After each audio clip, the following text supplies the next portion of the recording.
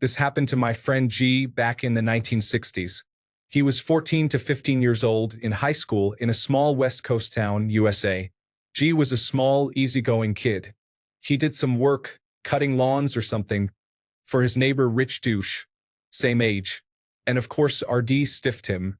G's parents complained to RD's parents, who couldn't believe their little perfect son would ever do such a thing. There were a couple of other incidents, mostly RD stealing credit at school for work G had done, or general bullying. But RD was a suck-up as well as a weasel, and nothing ever happened. He wasn't even suspected. Key point: RD had an electric typewriter rare in high school, and bragged about it and showed off his efforts. He claimed to get better grades on typed papers. So, revenge.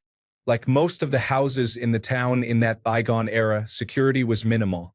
It was easy to slip in an unlocked window, so that's what G did when the house was empty. He brought a little file with him, and filed a little off the bar of the E character on the typewriter, just enough to make it unique.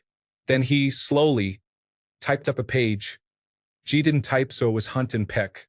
The page started with, "Haha, the stupid teacher never reads this far.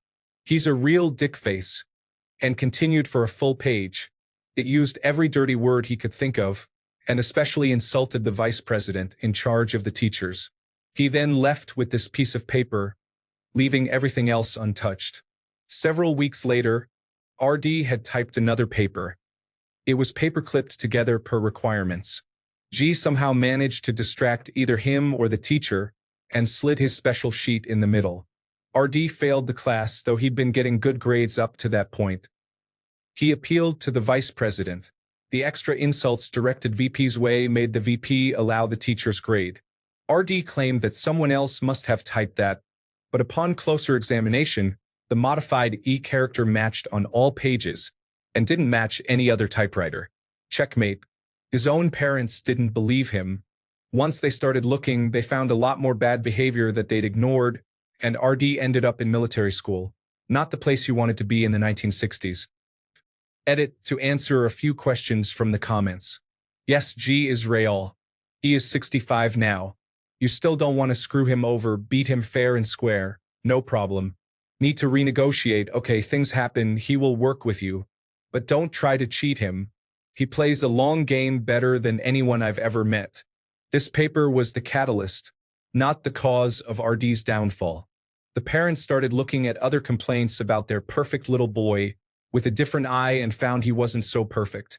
I don't know the details or even if G ever learned them, but there was definitely more evidence and incidents than this one. This was the incident he couldn't talk his way out of. Yes, it was probably Perry Mason mysteries that gave G the typewriter idea. G was born in 1952, so this would have happened in 1966 to 67. Yes, RD's parents, paid their son to mow the lawn, trying to build responsibility in their kid. I think it was $5 back when you could buy a candy bar for a nickel, 5 cents, and a comic book for a dime, 10 cents.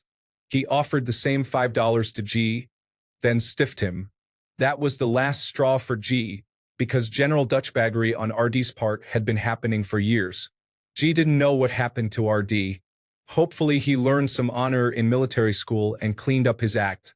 Please leave your story in the comments. Also, don't forget to like and subscribe to get new update. Thank you.